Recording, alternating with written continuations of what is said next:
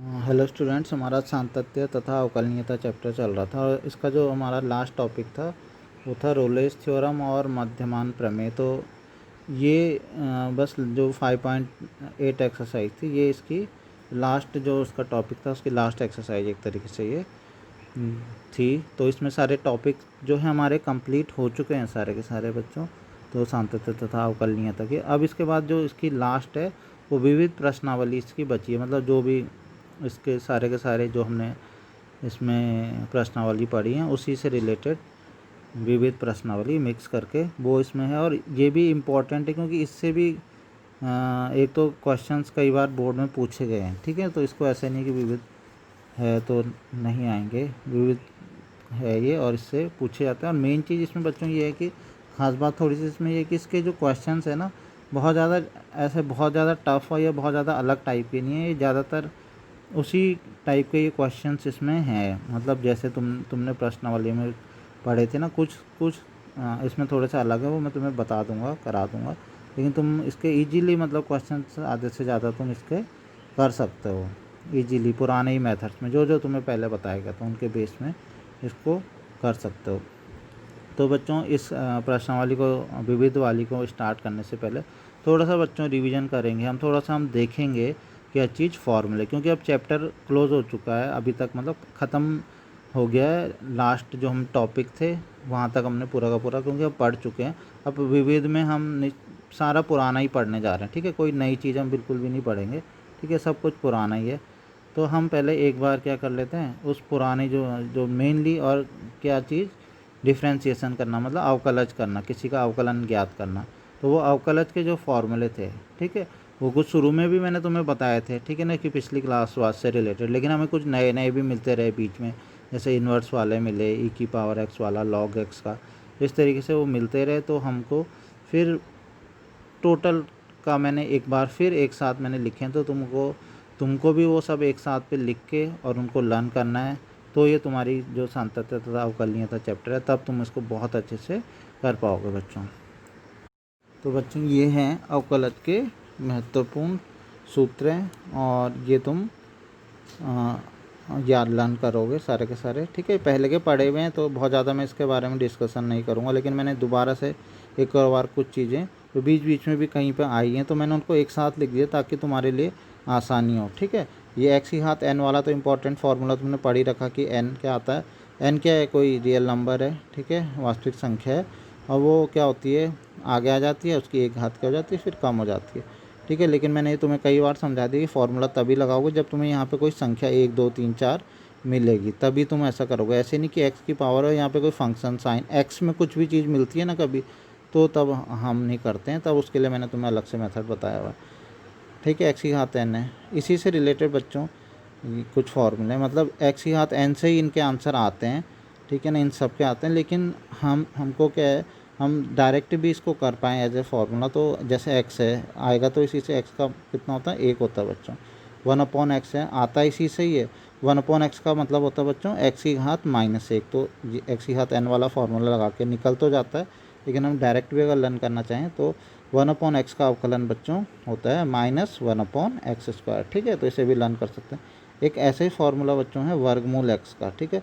वर्गमूल एक्स का मतलब क्या होता है बच्चों, मैंने पहले बताया था कई बार। वर्गमूल एक्स का मतलब होता है एक्स की घात 1/2। तो फिर ये फार्मूला लगा सकते हैं, एक्स की घात 1/2 है तो 1/2 घात आगे आ जाएगी और एक घात कम कर देंगे। लेकिन डायरेक्ट एज ए फार्मूला तुम अगर लर्न करना चाहो तो वर्गमूल एक्स का अवकलन होता है 1/2 वर्गमूल एक्स, मतलब वर्गमूल एक्स बटे में आ जाता है, बटे में 2 भी उसका ही आ जाता है, ठीक है। तो एज ए फार्मूला ये सब मैंने एक जगह पे लिखे हैं, बहुत तुम्हें इससे आसानी होगी। तो तुम्हें भी सब का सब एक जगह पे लिख के इन्हें लर्न करना है, ठीक है, और एग्ज़ाम से पहले देख के जाना है।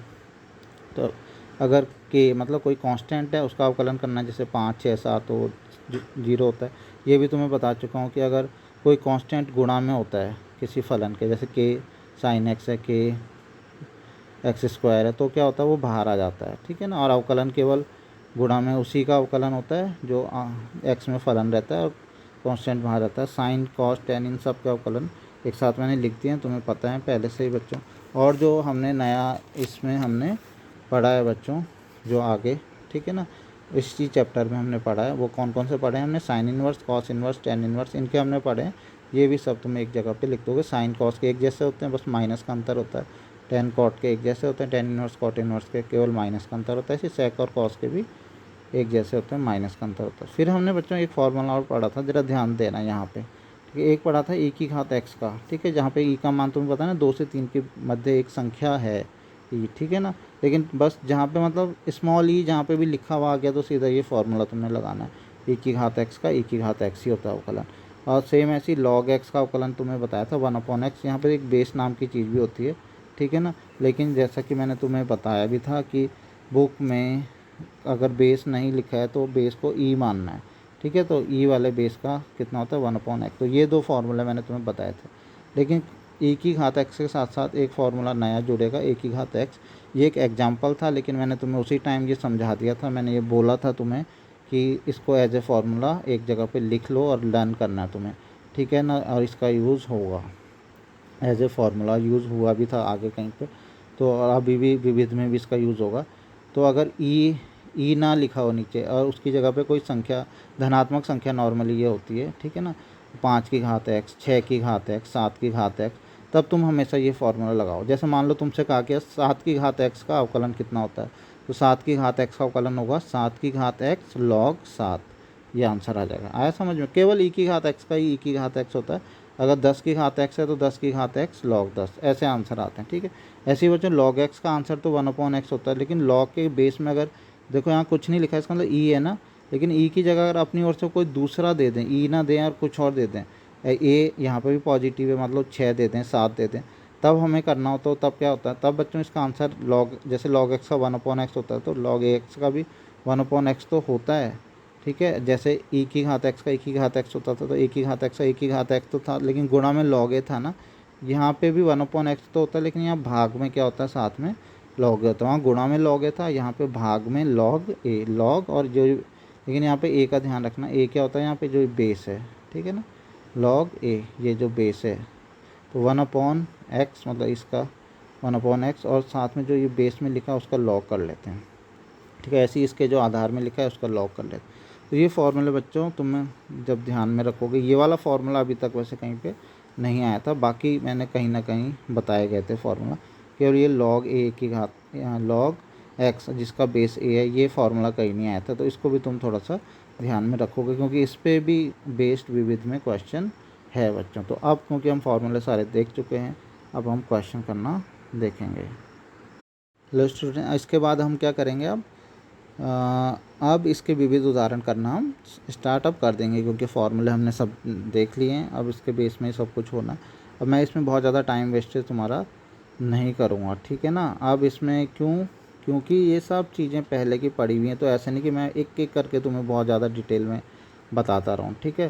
तो लिखे मैंने सारे के सारे ये हैं, हल कर रखे हैं, लेकिन यह है कि मैं सीधा तुम्हें टू द पॉइंट ये बताऊँगा। देखो एक दिख रखा है, सबसे पहला उदाहरण 44 है। इसके कुछ पार्ट्स हैं, शायद 3 पार्ट्स इसके हैं, तो तुम्हें 3 पार्ट्स हैं इसके। तो पहला वाला पार्ट बच्चों y बराबर वर्गमूल 3x + 2 है और प्लस 1/वर्गमूल 2x² + 4 है। तो इसका अवकलन करेंगे जब हम, तो कैसे करेंगे, इसको y मान लेते, पहले तो इसको y मान लेते हैं, उन्होंने कुछ भी नहीं माना हुआ है, ठीक है ना। तो वो तो हम हर क्वेश्चन में करते हैं, अपनी ओर से मान सकते हैं। तो मैंने इसे y माना, तो जब हम इसका अवकलन करेंगे तो क्या होगा, पहले वाले का अवकलन प्लस और किसका, इस वाले का अवकलन। तो बच्चों जब इस वाले का अवकलन करेंगे तो इसमें हम डायरेक्ट फार्मूला लगा सकते हैं ना, ठीक है ना। तुम चाहो तो या तो ऐसा करो कि अगर तुम्हें फार्मूला नहीं आता तो वर्गमूल का मतलब क्या होता है, घात 1/2 होता है। तो फिर तुम वो घात वाला रूल लगाओ कि घात आगे जाएगा, एक घात कम हो गया। तुम्हें डायरेक्ट आता है बच्चों फार्मूला, वर्गमूल x का मैंने क्या बताया था, 1/2, ठीक है ना, वर्गमूल x, मतलब जो वर्गमूल x का फार्मूला होता है वो होता है 1/2 वर्गमूल x। तो मैं वो फार्मूला, मैंने अभी फ़िलहाल वही फार्मूला लगाया है, डायरेक्ट 1/2 वर्गमूल x लिख दिया। लेकिन वर्गमूल x की जगह पे कुछ और है ना, तो चेन रूल भी लगेगी, उस कुछ और का भी क्या होगा, अवकलन होगा। तो 3x + 2 का भी अवकलन होगा, तो 3 × में आ जाएगा, ठीक है। तो इसमें कोई दिक्कत नहीं। अब बात करते हैं इसका अवकलन करना, ठीक है। तो इसका अवकलन बच्चों क्या मतलब हुआ, वर्गमूल का मतलब क्या होता है बच्चों, घात कितना होता है, 1/2। और जब 1/2 घात ऊपर चली जाएगी तो कितनी हो जाएगी, घात कितना हो गया, -1/2। तो अब इसमें भी x की पावर n वाला रूल लग जाएगा ना, यानी कि ये -1/2 घात आगे आ जाएगी और एक घात क्या हो जाएगी, कम हो जाएगी। पता चला ना कौन सा रूल लगा, x की घात n वाला लगा है, ठीक है, और साथ में श्रृंखला नियम भी लगेगा, 2x² + 4 का भी क्या होगा, अवकलन बच्चों होगा। ठीक है, तो बस इस तरीके से बस इसको सॉल्व कर लेंगे। ये -3/2 आ गया। ठीक है, 4x इसका अवकलन आ गया, -3/2 नीचे जाएगा तो प्लस का 3/2, तो ये आंसर आ गया। इसमें ज़्यादा कोई दिक्कत नहीं बच्चों। इसके बाद इसका सेकंड पार्ट है, ठीक है, वो खुद से कर। हाँ, सेकंड पार्ट है, मैं लिख दिया मैंने यहाँ पे, क्या है, e⁻sec² + 3 cos 1x। तो तुम्हें ईजी सा साफ समझ में आ रहा है कि पहले का ही क्वेश्चन है। ठीक है, e⁻sec 1x, तो e⁻x का अवकलन कितना होता है बच्चों, e⁻x ही होता है, तो इसका इतना ही हो जाएगा, e⁻sec² लिखा है, sec²। फिर किसका अवकलन करेंगे, sec² का। sec² का x का अवकलन कितना होगा, 2 sec x हो जाएगा। ठीक है, कर रखा है तुमने, sin² cos² सबका 2 आ गया जाता, 2 sec x, फिर sec x, फिर होगा sec x tan x। तो इस तरीके से इजीली आया ऐसी cos 1x का। नेक्स्ट है बच्चों, थर्ड क्वेश्चन है। ये क्वेश्चन देखो, ये क्वेश्चन इसलिए कराया है क्योंकि इसमें लॉग के बेस में 7 है, और मैंने लॉग के बेस में अगर कोई ई के अलावा कुछ है तो उसका मैंने तुम्हें अभी तक कोई क्वेश्चन नहीं कराया था। इसीलिए मैंने तुम्हें एक पीछे फार्मूला बताया था, तुम्हें याद होगा अभी मैंने फार्मूला बताया था, log ax, बेस में अगर a हो, यहाँ पे x हो, तो उसका मैंने फार्मूला बताया था 1/x, और नीचे बेस में log a आता है। तो सेम वही फार्मूला बच्चों यहाँ पे लगाएंगे। तो थोड़ी देर के लिए सोचो कि ये कितना है, x है, ये कितना है, x है, तो हम वो पीछे वाला फार्मूला यहाँ पे लगाते हैं। ये x है, तो क्या फार्मूला पढ़ा था हमने कि log ax का क्या फार्मूला पढ़ा था, 1/x ना। तो यहाँ पे तो x की जगह log x है, तो कितना आ जाएगा, 1/log x आ जाएगा। ठीक किया ना, ये इसको सोचो, ये x है, तो क्या हो जाएगा, 1/log x। अब फार्मूला भी पूरा करते हैं। उसके बाद क्या था, हमने क्या पढ़ा था पीछे फार्मूले में, साथ में हमने पढ़ा था log a, तो कितना हो जाएगा, log 7। तो यहाँ तक तो बच्चों इसका अवकलन हुआ कि 1/x मतलब 1/log x, और दूसरा log 7 भी लिखते हैं। ठीक है, लेकिन अब क्योंकि x की जगह पे कुछ और चीज़ है, तो श्रृंखला नियम लगाएंगे, log x का भी अवकलन होगा गुणा में। log x का अवकलन कितना होता है बच्चों, 1/x। तो इसका आंसर इस तरीके से आ गया है। ठीक है, बस वो फार्मूला आना चाहिए, तो श्रृंखला नियम लगा के तुम इसका आंसर निकाल लोगे। इसके बाद बच्चों नेक्स्ट एग्जाम्पल है 45 है। उसका पहला क्वेश्चन है y बराबर जो दे रखा है, y तो मैं खुद से ही लिख रहा हूँ, ठीक है ना, वहाँ केवल इतना लिखा है cos 1 sin x का अवकलन ज्ञात करो। तो y बराबर cos 1 sin x है, इसका अवकलन ये खुद से कर सकते हो बच्चों। बुक की अगर मैं बात करूँ तो बुक में कैसे कर रखा मैं बता देता हूँ। बुक में उन्होंने ऐसे किया कि इसको sin x को उन्होंने ऐसे लिख दिया, sin x को लिख दिया cos π/2 - x। क्यों लिखा उन्होंने, ताकि cos से cos कट जाए, तो cos π/2 - x लिख सकते हैं ना। तो cos से cos गया तो π/2 - x बच गया। बस π/2 - x का अगर तुम अवकलन करोगे तो कितना होगा, π/2 का अवकलन तो 0 होता है, ठीक है ना, और -x का अवकलन -1, तो इसका आंसर -1 तब बच्चों आ जाएगा इजीली। ठीक है, तो ये बुक वाला मेथड है। लेकिन अगर तुम बिना बुक वाले मेथड के, अगर तुम्हें कभी ये स्ट्राइक नहीं करता माइंड में, कि तुम्हें ध्यान में नहीं आता कि साइन को कॉस में बदलना है, ऐसा करना, तुम्हें डायरेक्ट ये लगता है कि हमें तो आता ही है, हम इसे श्रृंखला नियम से भी तो कर सकते हैं। बिल्कुल कर सकते हो, अगर तुम श्रृंखला नियम से भी इसे करोगे, मतलब cos 1 x वाला फार्मूला लगा के। cos 1 x का फार्मूला क्या था, -1/√1 - x²। तो -x की जगह पे साइन लिखोगे तो 1 - sin², ठीक है ना, और फिर गुणा में फिर sin x का फिर अवकलन होगा तो कितना, cos x।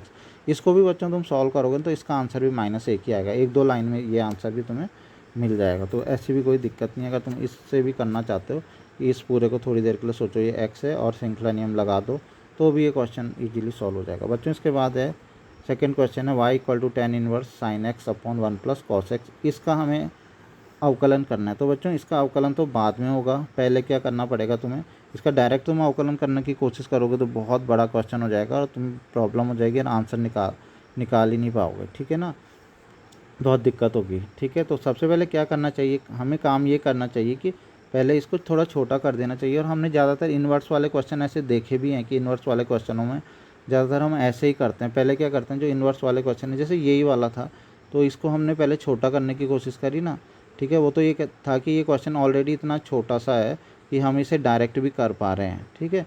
लेकिन tan इन्वर्स में ऐसा करने की बिल्कुल भी मत सोचना, क्योंकि इसके आगे वाला जो है ये बहुत ही बड़ा है और तुम्हें बहुत ज़्यादा प्रॉब्लम हो जाएगी अगर तुम इसमें श्रृंखला नियम लगाने लगे तो, ठीक है ना। तो ये तो चल जा रहा है क्योंकि ये थोड़ा सा छोटा है, लेकिन इसमें नहीं चल पाएगा बिल्कुल भी। तो इसके लिए बच्चों तुम्हें क्या करना है, पहले से थोड़ा शॉर्ट करना है। और शॉर्ट करना हमने जो प्रतिलोम त्रिकोणमितीय फलन जो हमने चैप्टर पढ़ा था, ठीक है ना, वहाँ पे हमने सॉर्ट करना सीखा हुआ बच्चों। वहाँ पे कुछ ऐसे क्वेश्चन बहुत सारे थे और एक क्वेश्चन ऐसा था, वो इससे टफ था, बल्कि ये थोड़ा आसान है। वहाँ पे साइन एक्स की जगह ऊपर था कॉस एक्स और कॉस एक्स की जगह नीचे था साइन एक्स, ठीक है, एक एग्जाम्पल था। तो वहाँ पे हमने करने के लिए क्या किया था, वहाँ पे हमने कॉस एक्स को साइन एक्स में बदला था, साइन एक्स को कॉस एक्स में। लेकिन ये तो ऑलरेडी आसान क्वेश्चन है, ऑलरेडी ऊपर साइन एक्स है नीचे कॉस एक्स है। दरअसल हम यहाँ पे कॉस एक्स क्यों लाना चाहते हैं, कॉस एक्स हम इसलिए लाना चाहते हैं ताकि हम यहाँ पे कॉस टू एक्स का फॉर्मूला लगा के 1 को काट दें। लेकिन यहाँ पे तो पहले से ही कॉस एक्स है, तो हमारे लिए अच्छी बात यही है। तो हम बच्चों यहाँ पे कॉस एक्स का कौन सा वाला, कॉस टू एक्स वाला फार्मूला लगाएंगे। और ये मैं तुम्हें 100 बार बता चुका हूँ कि कॉस एक्स में भी कॉस टू एक्स वाला फार्मूला लग जाता है, ठीक है ना। कॉस टू एक्स में तो फार्मूला होता है 2 cos स्क्वायर एक्स माइनस 1, लेकिन जब वही फार्मूला कॉस एक्स में लगाते हैं तो होता है 2 cos स्क्वायर एक्स बटे 2 माइनस 1। तो ये हम यहाँ पे लगा देंगे। हमने ये वाला फार्मूला इसलिए लगाया ताकि 1 से 1 कट जाए। ऐसे ही हम बच्चों यहाँ पे साइन एक्स का जो फार्मूला है वो कितना लगाते हैं, साइन टू एक्स का फार्मूला लगा देते हैं। साइन टू एक्स का फार्मूला होता है 2 sin x into cos x. तो हम यहाँ पे लगा देते हैं 2 sin x बटे 2 cos x बटे 2, ठीक है ना। तो ये हमने जैसे ही फार्मूला बच्चों लगाया यहाँ पे, तो सबसे पहले तो 1 से 1 क्या हो जाएगा, कट जाएगा। तो मैंने काट के यहाँ पे कितना आ जाएगा 2 cos स्क्वायर एक्स बटे 2। उसके बाद cos x बटे 2 से एक cos x बटे 2 कट जाएगा, साथ में 2 से भी ये 2 भी कट जाएगा। तो साइन एक्स बटे 2 cos x बटे 2 कितना हो गया, tan x बटे 2। tan इनवर्स से tan किया x बटे 2। तो बच्चों अभी अवकलन तो इसका हुआ नहीं, लेकिन हमने एक छोटा कर दिया। देखो इसका अवकलन करना कितना कठिन था ना, y बराबर tan इनवर्स इसका अवकलन हम करते। अब हमने इसको छोटा करके लिख दिया y बराबर x बटे 2। अब इसका अवकलन कितना आसान हो गया। और इसका जैसे ही हम अवकलन करेंगे बच्चों, तो बट्टे में 2 है, 2 तो कांस्टेंट है, तो गुणा में हो भाग में हो तो ऐसे ही रहता है। अवकलन केवल x का होगा, x का अवकलन कितना होता है, 1 होता है। इसका आंसर 1 बटे 2 आ गया। तो इस तरीके से बच्चों ये क्वेश्चन हो गया, ठीक है। नेक्स्ट है बच्चों क्वेश्चन नंबर 3 है, साइन इनवर्स 2 की पावर। ये थोड़ा सा अलग क्वेश्चन है, ठीक है, इसको थोड़ा सा ध्यान से देखना।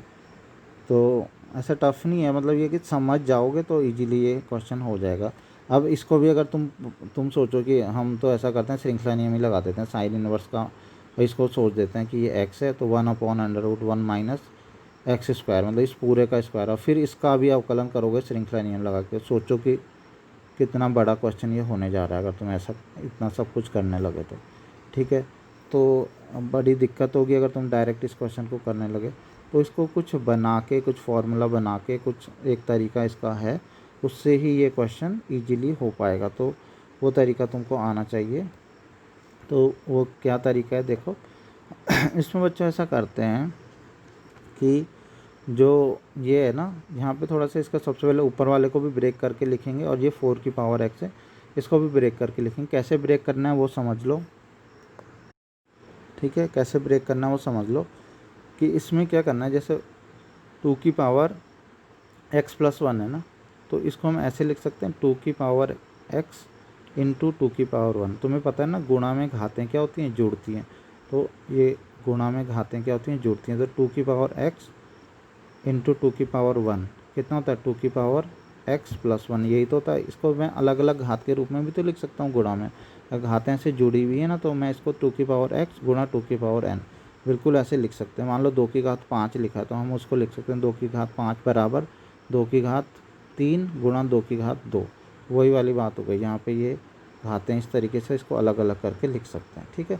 अब हमें सेम ऐसी क्या करना है, हमने यहाँ पे कुल मिला के लाना चाहते थे 2 की घात x, तो हम उसको अलग से ला गए। ऐसे ही हमने 2 की घात x जब ऊपर आया, तो हमें यहाँ नीचे पे भी 2 की घात x लाने की कोशिश करनी है बच्चों, ठीक है। तो अब हम यहाँ पे नीचे पे 2 की घात x कैसे लाएंगे, उसको समझ लो ज़रा कि नीचे पे 2 की घात x कैसे लाएंगे। बहुत ध्यान से समझना। इसको ऐसे लाएंगे बच्चों, जैसे 4 है ना, 4 को लिख देते हैं 2 का वर्ग, लिख सकते हैं 2 की घात 2।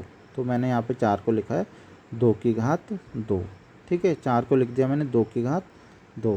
और इसके बाद अब मैं क्या करूँगा, अब इन घातों को आपस में बदल दूँगा। बदल सकता हूँ, बिल्कुल बदल सकता हूँ, क्योंकि तुम्हें वैसे भी पता है कि घात की भी घात होती है तो उनकी आपस में क्या होती है, गुणा होती है ना। मतलब मैंने अगर लिखा 2 की घात 3 उसकी घात 4, तो मैं 3 गुणा 4 लिख सकता हूँ ना। तो अब मैं 3 गुणा 4 लिखूँ या 4 गुणा 3 लिखूँ, बात तो एक ही है। तो कुल मिला के मैं इन घातों को मैं बदल सकता हूँ। तो मैं अब नेक्स्ट क्या काम करने जा रहा हूँ, पहले मैंने 4 को लिखा 2 की घात 2, ठीक है। उसके बाद मैं इन घातों को बदलने जा रहा हूँ। मतलब इस 2 को मैं बाहर लिख दूंगा और इस x को मैं अंदर लिख दूंगा। ऐसा कर सकते हैं, कोई परेशानी नहीं है, ठीक है ना। तो अब इस x को मैंने अंदर लिखा, इस 2 को मैंने बाहर लिखा। यही मेन पॉइंट है यहाँ पे, ज़रा ध्यान रखना। ऐसा मैंने इसलिए किया ताकि यहाँ पे भी 2 की घात x था, यहाँ पे भी 2 की घात x बन जाए। ठीक है, तो अब जैसे ये 2 की घात x बन गया, यहाँ पे भी बन गया, अब हम कुछ आगे करने जा रहे हैं। ठीक है, और मैंने एक काम और किया, तुमने देखा होगा कि इस 2 को पहले लिख दिया और 2 की घात x को उसके बाद लिखा। ठीक है, अब बच्चों जैसे ये हो जाता हमारा, इसके बाद अब हम क्या करते हैं, हम एक फार्मूला, तुम्हें याद होगा हमने एक फार्मूला पढ़ा था sin 2 थीटा का फार्मूला। ठीक है ना, ये हमने 11th में पढ़ा हुआ और हमने प्रतिलोम त्रिकोणमितीय फलन में अभी कक्षा 12 में भी हमने इस फार्मूले को लगाया है कई सारे क्वेश्चन में। ठीक है, तो वो फार्मूला हमने पढ़ा था कि sin 2 थीटा बराबर होता है 2 tan theta upon 1 plus tan square theta. तो वही हम यहाँ पे अगर देखें तो यहाँ पे वो फार्मूला बन सकता है 2 tan theta upon 1 plus tan square theta. तो इसका मतलब अगर हम 2 की घात x को क्या रख दें, tan थीटा रख दें, मतलब तुम्हें ये समझ में भी तो आना चाहिए कि हम रख क्यों रहे हैं। हम रखने के लिए साइन भी तो रख सकते थे, कॉस भी तो रख सकते थे, हमने tan ही क्यों रख रहे हैं, tan क्यों रख रहे हैं वो समझ लो। tan इसलिए रख रहे हैं ताकि एक फार्मूला बनेगा 2 tan theta upon 1 plus tan square theta, और ये जो फार्मूला होता है 2 tan theta upon 1 plus tan square theta, ये फार्मूला होता है sin 2 थीटा का।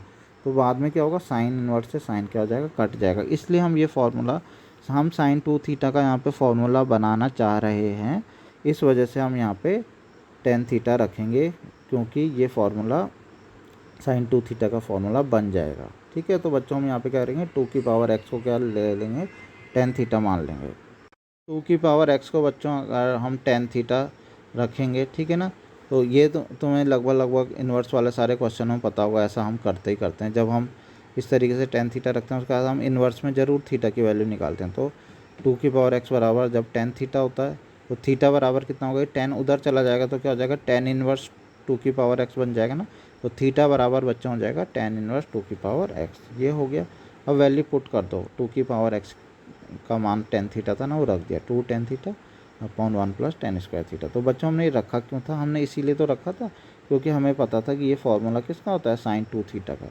ठीक है, 3 फार्मूले हमने पढ़े थे 11th में। एक पढ़ा था sin 2 थीटा का, फार्मूले तो बहुत सारे पढ़े थे लेकिन 10 में 2 थीटा वाले में 10 में 3 फार्मूले पढ़े थे। एक sin 2 थीटा का पढ़ा था जो कि ये होता था, एक tan 2 थीटा का पढ़ा था जो कि 1 माइनस करके 2 tan थीटा अपन 1 माइनस tan स्क्वायर थीटा पढ़ा था, और एक और भी पढ़ा था वो किसका था, cos 2 थीटा था, वो भी किस में था, 10 में ही था। ठीक है बच्चों, तो यहाँ पे ये वाला फार्मूला लगेगा, तो साइन इनवर्स से साइन गया 2 थीटा हो गया। अब हमें पता ना, थीटा तो हमने अपनी ओर से लिया था, तो थीटा की वैल्यू हमेशा हम पुट कर देते हैं लास्ट में। ये हमने प्रतिलोम त्रिकोणमितीय वाले जो भी क्वेश्चन थे लगभग सब में ऐसा ही किया था। तो हम क्या करेंगे, यहाँ पे थीटा की वैल्यू tan इनवर्स 2 की पावर x यहाँ पे हम पुट कर देंगे। तो इस तरीके से बच्चों हम अभी जो पीछे हमारे पास काफ़ी बड़ा सा हमारे पास था y की वैल्यू, जो कि हमने छोटी कर दी। तो बच्चों जो प्रतिलोम त्रिकोणमितीय वाले क्वेश्चंस ज़्यादातर तुमने देखे होंगे, उन सब में ऐसा ही होता है कि हम क्या करते हैं, सीधा अवकलन नहीं करते हैं, पहले उनको थोड़ा छोटा कर देते हैं ताकि हम उनका अवकलन आसानी से कर सकें। तो तुम देखोगे अब थोड़ा छोटा हो गया, नहीं तो अभी तक पीछे क्या था, साइन इनवर्स 2 की power x plus 1 upon 1 plus 2 की पावर x, मतलब कितना बड़ा सा था 4 की पावर x। अब इसका अवकलन कर तो आसानी से हो जाएगा dy/dx। अब हम इसका अवकलन करना शुरू कर देंगे। तो दो तो क्या है, कांस्टेंट है, गुणा में तो ऐसे ही रहेगा। tan इनवर्स x का अवकलन आता है बच्चों तुम्हें करना, क्या था 1 अपॉन 1 प्लस एक्स स्क्वायर होता है ना, लेकिन x की जगह तो 2 की पावर x है, तो 2 की पावर x का वर्ग। फिर हम चेन रूल लगाएंगे, tan इनवर्स के आगे जो ये चीज़ है इसका भी अवकलन करेंगे। ठीक है ना, जब हम चेन रूल लगाएंगे तो इसका अवकलन होगा बच्चों 2 की पावर x। तो यहाँ पे कौन सा फार्मूला लगेगा बच्चों, ये किसका फार्मूला, मैंने तुम्हें बता दिया था ना कि तुम केवल e की घात x और log x के अवकलन नहीं आएंगे, तुम्हें a की घात x वाले अवकलन भी मिलेंगे। तो यहाँ पे a की घात x वाला फार्मूला लगेगा। तो a की घात x का क्या पड़ा था, a की घात x और साथ में log a मतलब log 2। ठीक है, तो ये फार्मूला लग गया, बस ये हमारा आंसर आ गया। बस ये थोड़ा सा अच्छे से लिख देंगे, दरअसल 2 की घात x है ना, तो 2 अंदर ला दो, x बाहर ला दो, तो 2 जब अंदर ला देंगे तो 2 दूनी 4, तो 4 की घात x। तो इस तरीके से ये क्वेश्चन हो गया है।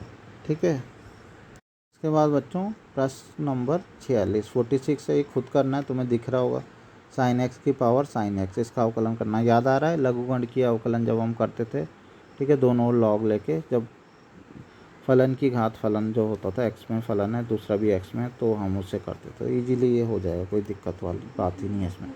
नेक्स्ट है बच्चों एग्जाम्पल 47 है, धनात्मक अचर ए के लिए dy बटे dx ज्ञात कीजिए। y बराबर दे रखा है, x बराबर दे रखा है, तो हमें इसको क्वेश्चन को करना है।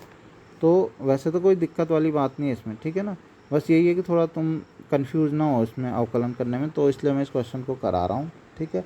नहीं तो कोई ये क्वेश्चन भी क्या है तुम्हें समझ में आ रहा होगा। क्वेश्चन कौन सा वाला याद आया, ये क्वेश्चन है कौन सी एक्सरसाइज से, ये है प्राचल वाला, जो प्राचल समीकरण दी रहती थी, ठीक है, टी में या थीटा में रहती थी और अलग अलग दिया रहता था वाई और एक्स। तो हम क्या करते थे, डी वाई बटे डी टी निकालते थे, डी एक्स बटे डी टी निकालते थे और बटे करके हम निकाल देते थे। ज़्यादातर क्वेश्चनों में तुमने पहले देखा होगा एक्स पहले लिखा रहता था और वाई बाद में लिखा रहता था। अभी उल्टा है, पहले वाई लिखा है एक्स, तो उससे कोई फ़र्क तो पड़ता नहीं। तो हम सीधा डी वाई बटे डी टी अवकलन करना शुरू करते थे, ठीक है बच्चों। तो अवकलन करना शुरू करेंगे। बस मैं तुम्हें यहाँ पे एक तरीके से ये समझाना चाहता हूँ कि अवकलन में कंफ्यूज मत होना, ठीक है। तो ये है ए की घात और ये पूरा है, ध्यान रखना, ये ए की घात और ये पूरा का पूरा है, ऐसे मत सोचना ए की घात और, ठीक है, ए की घात और टी प्लस 1/t, ठीक है ना, पूरा का पूरा है। तो सोचो, खुद ही दिमाग लड़ाओ कौन सा फॉर्मूला लगना चाहिए बच्चों। ए की घात पढ़ा भी, अभी ए की घात एक्स वाला फॉर्मूला पढ़ा था, वही तो लगेगा यहाँ पे, ठीक है। वो इसीलिए तो स्पेशली मैंने तुम्हें बार बार बताया वो, ठीक है बच्चों। तो जो फार्मूला तुम्हें बताया था क्या, ए की घात एक्स वाला फार्मूला, तो वही बच्चों यहाँ लगने वाला है। इसको थोड़ी देर के लिए पूरे को सोचो कि एक्स है। अभी तो तुम्हें पता है ना, मैंने तुम्हें ये पहले ही बता दिया, क्योंकि अब हम किसके सापेक्ष अवकलन करते हैं, टी के सापेक्ष, ना कि एक्स के सापेक्ष। तो जब हम टी के सापेक्ष बच्चों अवकलन करते हैं तो कहीं पे भी तुम ये बिल्कुल मत सोचना कि क्या बोलते हैं हम फिर दोबारा टी का भी अवकलन करते हैं, नहीं करते हैं, ठीक है ना। हम बिल्कुल टी को ऐसे समझते हैं जैसे एक्स ही है, तो अब दोबारा से अवकलन कर बिल्कुल भी नहीं करते। मतलब मेरा कहने का मतलब जैसे टी स्क्वायर का अवकलन पूछा जाएगा तो टी स्क्वायर का अवकलन 2t होगा बस, फिर उसके बाद ऐसे नहीं कि अब एक्स की जगह पे टी है। अब हम ये चीज़ नहीं देखते हैं कि एक्स की जगह पे टी है, ठीक है। अब क्योंकि टी के सापेक्ष अवकलन हो रहा है ना, तो हम टी पे स्टॉप हो जाते हैं, ठीक है। तो अब देखो यहाँ पे सबसे पहले तो देखो ए की घात एक्स, ठीक है ना। तो ए की घात एक्स का बच्चों हमने क्या फॉर्मूला पढ़ा था, ए की घात एक्स और साथ में हमने पढ़ा था लॉग ए, ठीक है। तो वही फार्मूला बच्चों हम यहाँ पे लगा देते हैं बच्चों, ए की घात ये पूरा एक्स लॉग ए, इतना समझ में आ गया होगा। ये ए की घात एक तरीके से एक्स, मतलब वही वो उतार लेते हैं, ए की घात एक्स का अवकलन होता है, ए की घात एक्स ही लिख देते हैं, इसको दोबारा से उतार लेंगे। साथ में होता है लॉग ए लिख दिया ना, लेकिन साथ में ए की घात एक्स, यहाँ पे तो एक्स होना चाहिए था, या बोले यहाँ पे तो टी होना चाहिए था, ठीक है ना, लेकिन टी नहीं है यहाँ पे, कुछ और है, तो हम उसका भी अवकलन करेंगे। तो टी प्लस 1/t का भी अवकलन करेंगे, लेकिन किसके सापेक्ष, अभी एक्स के सापेक्ष नहीं, सब कुछ टी के ही सापेक्ष। तो टी सब इसको बिल्कुल ऐसे समझेंगे कि ये एक्स है, ठीक है। तो अब हम टी के सापेक्ष अवकलन हम करेंगे। तो ये श्रृंखला नियम हमने यहाँ लगा दिया। तो टी का अवकलन कितना हो जाएगा बच्चों, एक, एक्स का अवकलन एक होता है ना, 1/x का अवकलन कितना होता है, -1/x², तो 1/t का -1/t², बस ख़त्म, ठीक है। तो आ गया ये, ठीक है। तो बस इतना ही तो करना था, एक ही घात इसका अवकलन एक्स का, वो हमें फार्मूला अगर लाना होगा तो इजीली क्वेश्चन कर लेंगे। अब एक्स वाले को देखते हैं जरा बच्चों। अगर अब हम एक्स वाले में देखें तो t प्लस 1/t की पावर ए, कन्फ्यूज मत होना बिल्कुल भी। अब क्या है, अब इसमें कौन सा फार्मूला लगना चाहिए, ऊपर ए है, ए कोई संख्या है ना, कोई पॉजिटिव नंबर है कोई, ठीक है।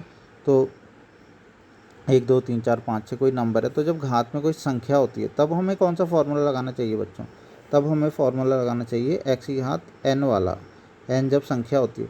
तो अब तुम्हें थोड़ा सा यहाँ पे कंफ्यूज मत होना, एक बार हमने लगाया फार्मूला ए की घात एक्स का, जब बेस में क्या था, बेस में संख्या थी, ठीक है ना, और जब जब घात में संख्या था वो एक्स की घात n का लगाएंगे, बिल्कुल इस चीज़ को देख लो। और क्या होता है, कभी कभी क्या होता है, जब बेस में भी और घात में भी, दोनों में कहीं पे संख्या नहीं होती, दोनों में क्या होता है, फलन होता है, एक्स साइन एक्स होगा, कॉस एक्स होता है, तब हम लघुगणकीय अवकलन का प्रयोग करते हैं ना। तब हम ना ए की घात एक्स का फार्मूला लगेगा, ना तब यहाँ पे एक्स की घात n का फार्मूला लगता है बच्चों, तब हम लघुगणकीय अवकलन का प्रयोग करते हैं।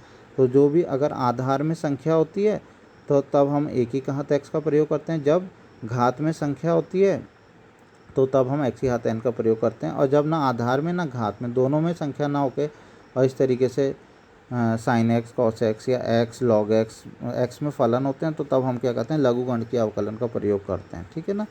तो अभी हम क्या करेंगे, अभी ये एक्स की घात n वाला फार्मूला यहाँ पर लगेगा, ठीक है।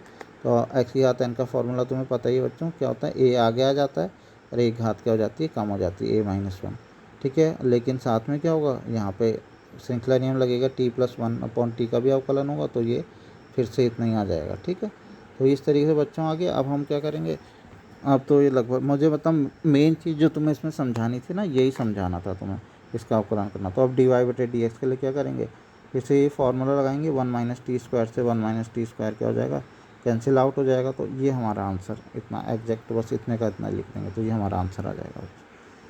ठीक है बच्चों, इसका नेक्स्ट है एग्जाम्पल 48, लास्ट इसका मेरे ख्याल से ये एग्जाम्पल है।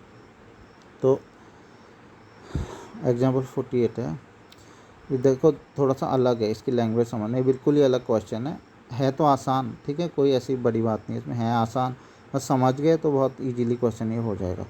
e की घात cos x के सापेक्ष साइन स्क्वायर x का अवकलन कीजिए। मतलब अभी तक तुम क्वेश्चन कर रहे थे कि x के सापेक्ष करो, या किसी के क्वेश्चन में तुम t के सापेक्ष कर रहे थे, थीटा के सापेक्ष कर रहे थे। ठीक है ना, लेकिन ये पहला क्वेश्चन तुमने पढ़ा है जिसमें कि पूरे के पूरे एक फलन के सापेक्ष ही साइन स्क्वायर एक्स का अवकलन ज्ञात कीजिए। तो इसको करना कैसे बच्चों, इसके लिए मैं तुम्हें थोड़ा सा बता दूं। जब तुम अभी तक पढ़ते थे बच्चों dy/dx, तो तुम वहाँ पे क्या पढ़ते थे, थोड़ा सा ध्यान दो जरा।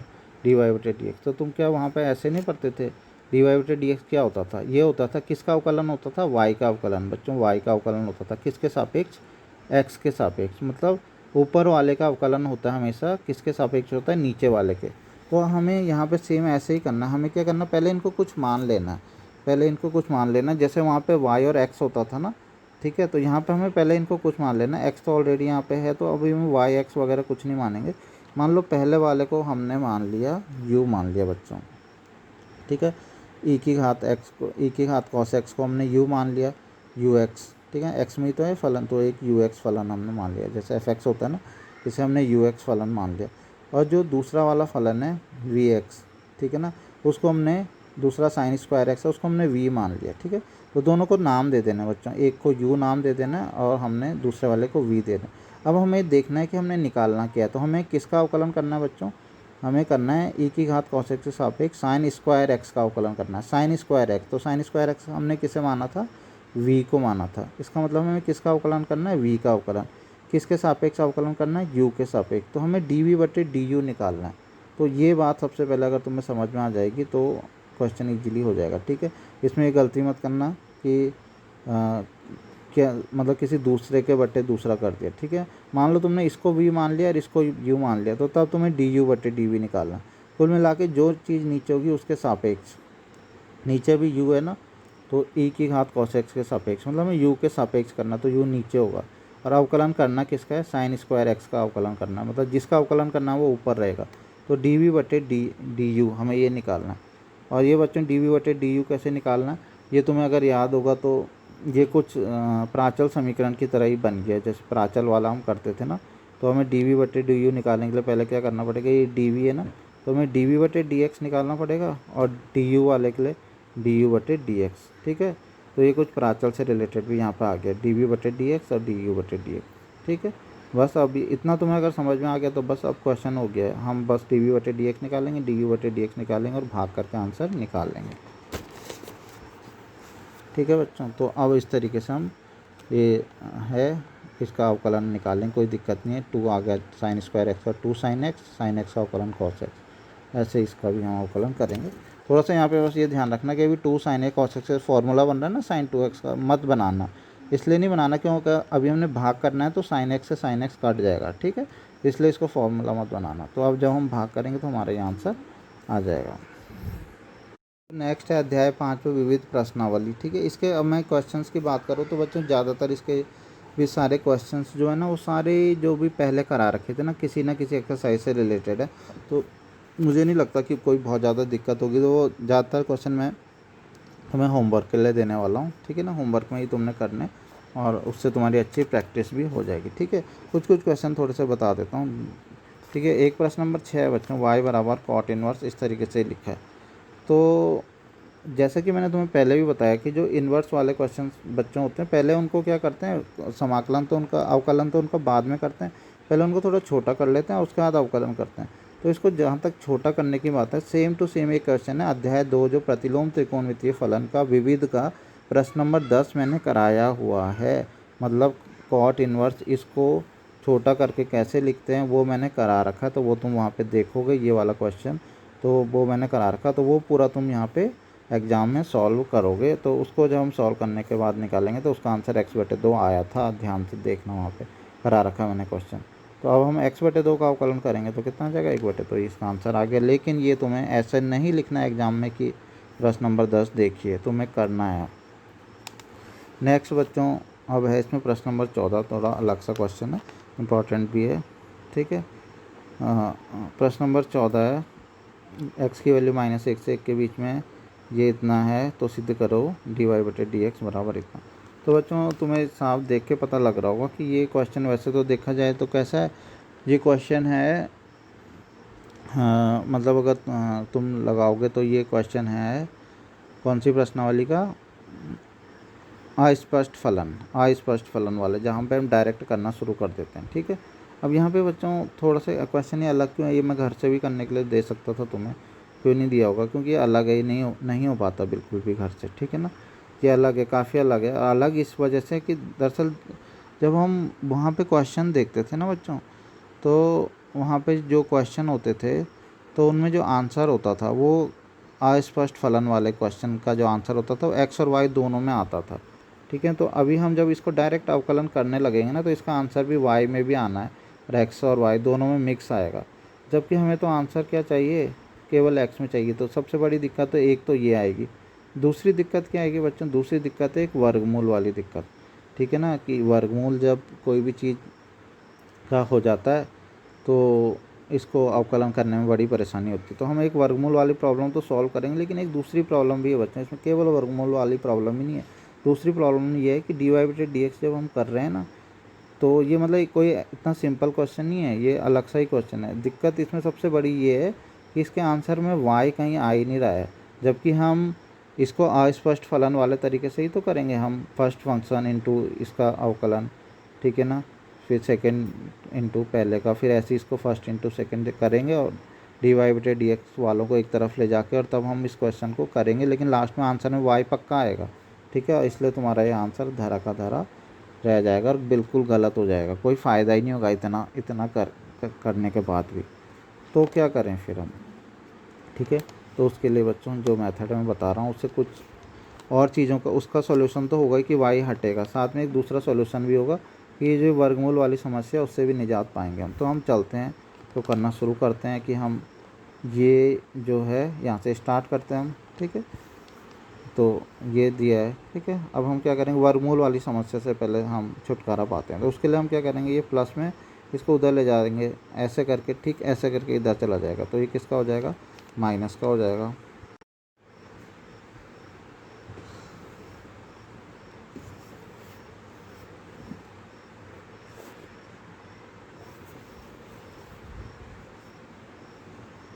इसके बाद बच्चों हम वर्गमूल से छुटकारा पाने के लिए क्या करेंगे, दोनों ओर क्या कर देंगे, अब वर्ग कर देंगे, क्योंकि इधर भी हमें वर्गमूल मिल गया, इधर भी हमें वर्गमूल मिल गया। अब जैसे ही हम वर्ग करेंगे तो वर्गमूल हट जाएगा, x का वर्ग हो जाएगा, y का भी वर्ग हो जाएगा और इनके वर्गमूल हट जाएंगे, ठीक है ना। अभी भी लेकिन अब तुम बोलोगे वर्गमूल तो हट चुका है, अब फटाफट से हम क्या करते हैं, अब हम इसका अवकलन करना शुरू कर देते हैं, ठीक है ना। और लेकिन फिर वही दिक्कत आने वाली बच्चों, अगर तुम इसका अभी भी अवकलन करना शुरू करोगे ना, दिक्कत ये आएगी कि हमारे अवकलन में फिर से लास्ट में y ज़रूर आ जाएगा, ठीक है। अभी भी हम सीधा अवकलन अगर करना शुरू कर दें तो क्या होगा, y आ जाएगा आंसर में, हमें आंसर में y नहीं चाहिए, जो ये सबसे बड़ी परेशानी है। तो इसलिए हम अभी इसका अवकलन सीधा नहीं करेंगे, अभी इसे सॉल्व करते रहेंगे। अवकलन सबसे लास्ट में ही होना, अवकलन में से कोई दिक्कत ही नहीं है। दिक्कत ये है कि इसको कैसे इस तरीके का बनाएं इसके अवकलन में y ना आए। तो क्या करेंगे बच्चों, इसके बाद हम जैसे ही ऐसे कर लिया ना, तो जो दिख रहा है x², यहाँ दिख रहा है y², तो क्या करेंगे, x² के साथ y² को रखेंगे, तो ये y² तो इधर आ जाएगा, x² - y², और ये दोनों जो एक जैसे दिख रहे हैं x² y और y² x, इनको एक तरफ रखेंगे, ठीक है ना। ये दोनों एक तरफ रहेंगे और ये दोनों एक तरफ रहेंगे, ठीक है। अब x² - y² बच्चों कौन सा फार्मूला, a² - b² का फार्मूला लगा देंगे, a + b a - b, ठीक है। ऐसे ही यहाँ पे हम क्या करेंगे, यहाँ पे कुछ कॉमन आ रहा है, x y कॉमन आ रहा है, ठीक है। तो एक्स वाई यहाँ पे कॉमन लिया तो वाई माइनस एक्स आ गया। इसके बाद बच्चों क्या करेंगे, ध्यान से देखो, हम यहाँ से कुछ चीज़ कैंसिल कर सकते हैं, मतलब हम कुछ चीज़ यहाँ से काट सकते हैं। तो उसके लिए बच्चों ध्यान से देखो, तो बच्चों ध्यान से देखो, यहाँ पे x माइनस वाई है, लेकिन यहाँ पे क्या है y माइनस एक्स है, बस केवल चिन्ह का ही तो फ़र्क है। ऐसा करते हैं यहाँ से माइनस चिन्ह बाहर कॉमन ले लेते हैं, तो यहाँ से ये y माइनस एक्स क्या बन जाएगा, x माइनस वाई। ये इसलिए बनाया ताकि इससे ये कट जाए। तो हम अगली लाइन में क्या करेंगे, x माइनस वाई से x माइनस वाई को काट देंगे। तो ये हो गया। अब लगभग हमारा क्वेश्चन आंसर आने वाला है। आंसर करना क्या था, हमें करना ये था कि हमें y इक्वल टू एक्स के फॉर्म में से बनाना है, ताकि हमारे आंसर में कहीं y ना आए, ठीक है ना। तो अब क्या करना है, इसके लिए हमें वाई वालों को एक तरफ रखना पड़ेगा। तो माइनस एक्स वाई है ना, तो इस वाई वाले को इधर ले जा दो, ये वाई है ये भी यहीं रहेगा, ये एक्स अकेला है जो उधर चला जाएगा, ठीक है। अब वाई इसमें क्या आ जाएगा, कॉमन ले लेंगे, इसके बाद 1/x यहाँ चला जाएगा। तो यहाँ से हमने देखा केवल y इक्वल टू अब ये रह गया। अब इसका क्या बेनिफिट होगा बच्चों, अब जब हम अवकलन करेंगे ना, तो अब अवकलन में केवल हमें x ही मिलेगा, y नहीं मिलने वाला, ठीक है। तो हमने इतना कुछ केवल इसलिए किया ताकि हम y इक्वल टू लिख पाएँ और आंसर में y ना आए, आंसर में x ही आए। तो अब हम इसका बच्चों अवकलन करेंगे, और इसका अवकलन करना तो कोई दिक्कत नहीं है, इसमें भाग वाला रूल हम लगा देंगे, ठीक है ना। नीचे वाले का वर्ग, ठीक है ना, फिर ऊपर वाले का अवकलन, ऊपर वाला मैंने पूरा माइनस एक्स ही मान लिया, तो माइनस एक्स का अवकलन गुणा नीचे वाला ऐसे ही लिख देंगे माइनस, फिर ऊपर वाला अंश है जो माइनस एक्स ऐसे ही लिख देंगे, नीचे वाले का अवकलन। तो बच्चों इस तरीके से ये क्वेश्चन का हल हम निकाल लेंगे। तो ये -1/(-1) एक्स स्क्वायर ये आंसर इसका आ जाएगा, ठीक है। ये कैलकुलेशन में कोई दिक्कत नहीं है, मेन चीज़ तुम्हें समझाना था, ये मैंने समझा दिया। इसके बाद बच्चों प्रश्न नंबर 16 है, ठीक है ना, ये भी इम्पॉर्टेंट है। प्रश्न नंबर 16 इम्पॉर्टेंट है बहुत ज़्यादा, ये भी एग्ज़ाम में बल्कि आ भी रखा है, ये बोर्ड एग्ज़ाम में आ रखा है 4 नंबर में, ठीक है। अब ये लेकिन इम्पॉर्टेंट तो है, लेकिन मतलब ऐसा नहीं कि एकदम से जो नॉर्मली तुमने जैसे पहले क्वेश्चन किए थे वैसे ये हो जाए, ठीक है। तो इसमें क्या है दिक्कत वो मैं तुम्हें बताऊंगा। अब ये cos y equal to x cos y ये गिवन है, और सिद्ध करो dy/dx equal to cos square a plus y upon sine a, ठीक है। तो लग तो तुम्हें अभी भी ये भी ऐसे ही रहा होगा ना, तो ये क्या है, अस्पष्ट फलन है। जब हम इसका अवकलन करेंगे तो हम dy/dx का मान ये निकाल देंगे, ठीक है। अब इसकी दिक्कत के बारे में भी बता देता हूँ। इसमें भी सेम लगभग उससे जैसे पिछले क्वेश्चन में था ना, लगभग उससे रिलेटेड ही कुछ दिक्कत है। इसमें क्या दिक्कत है, लेकिन इसमें ठीक उल्टी दिक्कत है। पिछले वाले क्वेश्चन में तो बच्चों ये था कि आंसर में एक्स ही था खाली, ठीक है ना। अब इस वाले क्वेश्चन में उल्टा है, इस वाले क्वेश्चन में आंसर में क्या है, वाई है खाली, मतलब हमें आंसर में वाई मिल रहा है, एक्स कहीं दिख ही नहीं रहा। जबकि हम इसका अगर अवकलन डायरेक्ट करने लगे ना बच्चों, तो हमें एक्स भी पक्का आएगा ही आएगा, ठीक है। खुद ही सोचो, जब पहला फलन एक्स गुणा दूसरे का अवकलन कॉस वाई का, तो एक्स आ गया ना, तो हमें आंसर में एक्स भी मिलेगा, जबकि यहाँ तो कहीं एक्स है ही नहीं। तो पहली हमारी जो प्राथमिकता है ना वही है। जैसे हमने यहाँ पे क्या किया था, ध्यान से देखो, यहाँ पे हमने पहले इसको पूरा सॉल्व किया। हालांकि अब इतना ज़्यादा सॉल्व करने की हमें ज़रूरत नहीं है, ठीक है ना। वहाँ पे ये वाला पोर्शन बड़ा था, पिछले क्वेश्चन में ये वाला पोर्शन अवकलन करने वाला छोटा था। यहाँ पे उल्टा है, ये जो y बराबर करके लाए हो ये वाला छोटा है, और अवकलन करने वाला थोड़ा सा बड़ा है, ज़्यादा बड़ा नहीं है, ठीक है। तो अभी हमें क्या काम करना है बच्चों, उसमें y बराबर लिखा था ना, इसमें x बराबर, और क्यों, ताकि हम अवकलन एकदम से करें तो x हट जाए, ठीक है। तो इस क्वेश्चन में हमें x नहीं चाहिए, फिर से देख लो आंसर में x है नहीं है। तो x को हटाने के लिए क्या किया जाए, x को हटाने के लिए किया जाए कि x को अकेला रखा जाए, ताकि जब हम x का अवकलन करेंगे तो x का अवकलन 1 होता है ना, तो x हट जाएगा। तो क्या बच्चों अब हम x को अकेला नहीं कर सकते, रख सकते हैं, कितना आसान है। इसमें ये दे रखे ना cos y equal to x cos a plus y, तो x अकेला यहीं पे रह जाएगा, ये वाली चीज़ नीचे आ जाएगी cos a प्लस वाई, तो x अकेला रह गया ना, देखो ये तो एक ही लाइन में हो गया, ठीक है। इस बार हमने x को अकेला किया। x को अकेला क्यों किया, फिर से समझ लो, इसलिए किया ताकि अब हम जब अवकलन करना शुरू करेंगे तो x के सापेक्ष जब हम अवकलन करेंगे तो x का अवकलन कितना आ जाएगा, 1, और इधर भी y है, ये भी नीचे भी y है, ऊपर भी y है, मतलब x हट ही गया आंसर से। तो जो लास्ट में हमारा आंसर आएगा वो y में ही आएगा, तो इसलिए हमने ये किया कि x को अकेला रख दिया, और अभी ये हट ही जाएगा अवकलन करते ही। तो x के सापेक्ष जैसे हमने अवकलन किया तो बराबर में तुम यहाँ देखोगे दाईं तरफ x का अवकलन कितना हो गया, 1, ठीक है। और इधर वाले का अवकलन करेंगे तो ये तो तुम्हें करना आता ही है बच्चों, भाग वाला रूल लगाएंगे ना, नीचे वाले का वर्ग कॉस स्क्वायर ए प्लस वाई, ठीक है, कोई दिक्कत नहीं है। ऊपर वाले का अवकलन कॉस वाई का अवकलन, ठीक है ना, गुणा नीचे वाला, ऐसे ही माइनस नीचे वाले का अवकलन, ये सब तो वही सिंपल रूल है। कॉस वाई का अवकलन बच्चों कितना होगा, माइनस साइन वाई, और लेकिन वाई है ना तो क्या आता है, डी वाई बटे डी एक्स भी आता है गुणा में।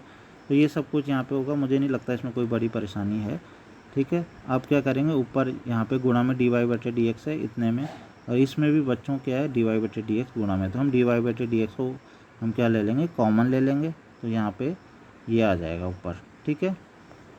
और दाईं तरफ क्या चल रहा है बच्चों, एक, हमें तो डी वाई बटे डी एक्स की वैल्यू निकालनी है ना बच्चों, तो हमें डी वाई बटे डी एक्स की वैल्यू निकालनी है, तो डी वाई बटे डी एक्स की वैल्यू कितनी हो जाएगी, अभी कॉस स्क्वायर ए प्लस वाई है वो कहाँ चला जाएगा, एक से गुणा हो जाएगी, ठीक है। तो डी वाई बटे डी एक्स बराबर कितना हो जाएगा, देखो ध्यान से, कॉस स्क्वायर ए प्लस वाई तो कहाँ चला जाएगा, 1 में से गुणा हो जाएगा, तो कॉस स्क्वायर ए प्लस वाई। अब ये पूरा का पूरा ये कहाँ जाएगा, बटे में आएगा, तो इसे हम बटे में लिख देते हैं, लेकिन थोड़ा ढंग से लिखते हैं, ठीक है, ध्यान से लिखते हैं। कैसे ढंग से, एक है माइनस वाला, एक है प्लस वाला, तो ऐसा करते हैं, पहले प्लस वाले को लिखते हैं, तो साइन ए प्लस वाई कॉस वाई, ये प्लस वाले को लिख दिया, फिर किसको लिखते हैं, माइनस को, लेकिन माइनस में भी थोड़ा सा ध्यान रखो कि ढंग से लिखेंगे। कैसे, जैसे ये ए प्लस वाई है ना यहाँ पे, तो पहले वो वाला एंगल लिखो जिसमें भी ए प्लस वाई, ऐसा हम इसलिए करें ताकि हमें एक फार्मूला बनेगा भी आगे देखना, ठीक है ना। ऐसे ही जैसे यहाँ पे वाई है ना, तो यहाँ पे कौन सा वाला लिखो, वाई वाला, पहले ए प्लस वाई वाला, यहाँ पे भी ए प्लस वाई वाला, फिर वाई वाला, यहाँ पे भी वाई वाला, दूसरा पहले प्लस वाला लिखो और फिर माइनस वाला लिखो, ठीक है। तो इस तरीके से तुम लिख दोगे ना, इससे तुम्हें एक फार्मूला बन जाएगा। यहाँ पे कौन सा फार्मूला बच्चों, फार्मूला है साइन एक्स कॉस वाई, इसको थोड़ी देर के लिए सोचो कि ये एक्स है और ये भी एक्स है, तो फार्मूला देखो ज़रा, sine x cos y minus cos x sine y, आया याद, sine x cos y minus cos x sine y, किसका फार्मूला होता है ये होता है साइन एक्स माइनस वाई का फार्मूला, यही तो होता है, sine x cos y minus cos x sine y, तो साइन एक्स माइनस वाई का फार्मूला। तो जब हम इसमें फार्मूला लगाएंगे, साइन एक्स, एक्स की जगह कितना है बच्चों, A plus Y minus Y, Y की जगह तो वाई है, ठीक है ना, ये लगाएंगे तो यहाँ से वाई कट जाएगा, तो ये हमारा आंसर बच्चों इजीली ये अब आ चुका है। तो इसमें दो चीज़ें, एक चीज़ का तो तुम्हें ध्यान रखना है, आ रखा है एग्जाम में, एक चीज़ का तो ये ध्यान रखना है कि इस एक्स को अकेला कर देना तब अवकलन करना है, ठीक है, एक मेन ये हो गया, ठीक है। अब अवकलन करेंगे, दूसरी चीज़ ध्यान रखनी कि यहाँ पे तुम्हें साइन एक्स माइनस वाई का फार्मूला लगता है, ठीक है ना, उल्टा फार्मूला, तो बड़े को छोटे में करना, कन्वर्ट करने वाला, तो इस तरीके से क्वेश्चन हो जाएगा। जो इसमें एक क्वेश्चन अभी और मैं करा रहा हूँ, ठीक है ना, अब बस अभी फ़िलहाल के लिए इतना ही है, ये क्वेश्चन मैं करा रहा हूँ, और इसके बाद हम नेक्स्ट चैप्टर सीधा स्टार्ट करेंगे। तो क्वेश्चन नंबर जो 17 है, ये भी इम्पोर्टेंट है, ठीक है, ये भी एग्ज़ाम में आ रखा है 4 नंबर में, ठीक है। तो तुम देखोगे तो x बराबर दिख रहा है तुम्हें, y बराबर, तो तुम बोलोगे ये तो किया हुआ है, प्राचल समीकरण है, तो हो जाएगा इजीली, ठीक है ना। लेकिन ये दिख रही दिक्कत, ये है दिक्कत क्या है, यहाँ पे इसका डबल डेरिवेशन बोला है, मतलब तुमने ये पढ़ा हुआ तो है, ठीक है ना, पढ़ा हुआ तो है, लेकिन तुमने सिंगल वाला पढ़ा हुआ, मतलब एक बार अवकलन करते हैं वो कैसे पढ़ा, ये पढ़ा हुआ है, डबल वाला भी पढ़ा है लेकिन इसका नहीं पढ़ा। डबल डेरिवेशन तुमने पढ़ा है, बिल्कुल पढ़ा है कि 2 बार अवकलन, द्वितीय कोटि का अवकलन क्या होता है, लेकिन वो सिंपल वालों के पढ़े हैं। जो प्राचल समीकरणों का डबल कैसे करते हैं, तुमने डबल अलग पढ़ा है, प्राचल अलग पढ़ा है, दोनों का मिक्स नहीं पढ़ा है, तो अब यहाँ पे यही होने वाला है। लेकिन इतना तो तुम्हें भी पता है कि डबल वाले निकालने के लिए पहले सिंगल बार ही निकालना पड़ता, तो इतने तक तो क्वेश्चन बच्चों पुराना ही है। एक्स बराबर ये दिया है ना, तो सबसे पहले डी एक्स बटे डी टी निकालेंगे, तो इसमें कोई दिक्कत नहीं है, तुम कॉस टी का अवकलन करोगे, ए तो कांस्टेंट गुणा में बाहर ही रहेगा, कॉस टी का अवकलन माइनस साइन टी होगा, इसमें कौन सा वाला फार्मूला लगेगा, फर्स्ट फंक्शन, ठीक है ना, इसमें लगेगा फर्स्ट फंक्शन, और कौन सा वाला, सेकंड फंक्शन वाला फार्मूला लग जाएगा, और तुम यहाँ पे पहला फलन गुणा दूसरे का अवकलन ऐसे करके इसको कर लोगे, ठीक है। फिर साइन टी से साइन टी कट जाएगा, तो 80 कॉस टी आ जाएगा। ऐसी बच्चों जब तुम वाई वाले का भी करोगे तो ईजीली, ये भी कोई दिक्कत नहीं आने वाली, बस ये ध्यान रखना क्योंकि यहाँ पे तुम्हें फर्स्ट फंक्शन और सेकंड फंक्शन का अवकलन का फार्मूला लगाना, बाहर माइनस है ना, तो एक बड़ा सा ब्रैकेट जरूर लगा लेना जब इस पर तुम ये लगाओगे, ये गलती मत करना, नहीं तो दिक्कत हो जाएगी। यहाँ पे भी ये होगा, अच्छा कॉस टी से कॉस टी कटेगा, तो ये भी इजीली बन जाएगा। जब तुम डी वाई बटे डी एक्स निकालोगे तो ये कट 80 से 80 कट के 10 टी इसका आंसर आ जाएगा। अब मेन चीज़ जो अलग वाली चीज़ है वो मैं तुम्हें बताऊँगा यहाँ पर, ठीक है ना। अब जो इसका दोबारा से अवकलन करेंगे वो कैसे करना, वो ध्यान से देखो। अब जो अवकलन हम दोबारा से कर रहे हैं, इस बार ध्यान रखना अवकलन बच्चों x के सापेक्ष ही हो रहा है। अभी जब हम कर रहे थे ना यहाँ पे अलग अलग, तो t के सापेक्ष हो रहा था, t के सापेक्ष। इसीलिए मैं बार बार तुम्हें बोलता था कि यहाँ पे कहीं पे तुमने ऐसे नहीं करना है कि cos t है तो sin t है और फिर t का भी अवकलन, ऐसे मत करना। t का अवकलन इसलिए मत करना क्योंकि t के ही तो सापेक्ष निकाल रहे हो। अब यहाँ पे थोड़ी बात अलग हो गई है, अभी हम दोबारा से अवकलन कर रहे हैं किसके सापेक्ष, लेकिन x के सापेक्ष, ठीक है। t के सापेक्ष नहीं हो रहा है, x के सापेक्ष। तो बच्चों tan t का अवकलन तुम्हें पता है ना, tan x का अवकलन कितना होता है, sec स्क्वायर x। तो tan t का अवकलन कितना हो जाएगा, sec स्क्वायर t। लेकिन अब ये वाली चीज़ आएगी इस बार, इसलिए आएगी कि नीचे इस बार कितना है, x है बच्चों, नीचे इस बार x है, ध्यान रखना, t नहीं है, t के सापेक्ष नहीं कर रहे। t होता तब हम नहीं करते थे ऐसे, तब इतना ही आंसर हो जाता है इसका, sec स्क्वायर t। लेकिन अभी x के सापेक्ष कर रहे हैं तो sec स्क्वायर t हो गया। तो अब हमने t का भी मतलब, क्योंकि यहाँ पे x नहीं है, x की जगह पे कोई दूसरी चीज़ होती है, जैसे मान लो यहाँ पे y होता था तो हम y का भी अवकलन करते थे, हम लिखते थे dy/dx। यहाँ पे t है तो t का भी अवकलन करेंगे dt/dx। ये इंपॉर्टेंट चीज़ है बस, यहाँ पे बस यही है इंपॉर्टेंट, dt/dx, ठीक है, ये तुम्हें पता होना चाहिए। अब dt/dx कहाँ से निकालें हम, तो ध्यान से तुम देखोगे, तुमने dx/dt तो निकाल रखा है, तो dt/dx इसका उल्टा ही तो होगा, जो dx/dt होगा dt/dx ठीक इसका उल्टा होगा। तो dt/dx अगर ये ऊपर है तो बटे में कितना होगा, dx/dt, ठीक है, उल्टा, ठीक है, dt नीचे आ जाएगा, dx ये dt नीचे, तो हम इसको ऐसे लिख देंगे 1/dx/dt। और dx/dt का मान तो तुम्हें पता ही है, dx/dt का मान यहाँ से उतार लेंगे। तो इस तरीके से हमारा आंसर आ जाएगा। थोड़ा सा इसको सॉल्व करके लिखेंगे, cos t है ना, तो बच्चों 1/cos t कितना होता है, sec t होता है, तो sec ऊपर आ जाएगा, sec स्क्वायर t तो पहले ही था, एक sec t और हो गया, कितने sec हो गए यहाँ पे, 3 हो गए, तो sec क्यूब t हो गया। तो ये हमारा आंसर आ जाएगा। अब बच्चों जो इसके क्वेश्चंस हैं जो मैं लिखूँगा वो तुम इजीली हो जाएंगे, तो इनको तुम घर से करोगे।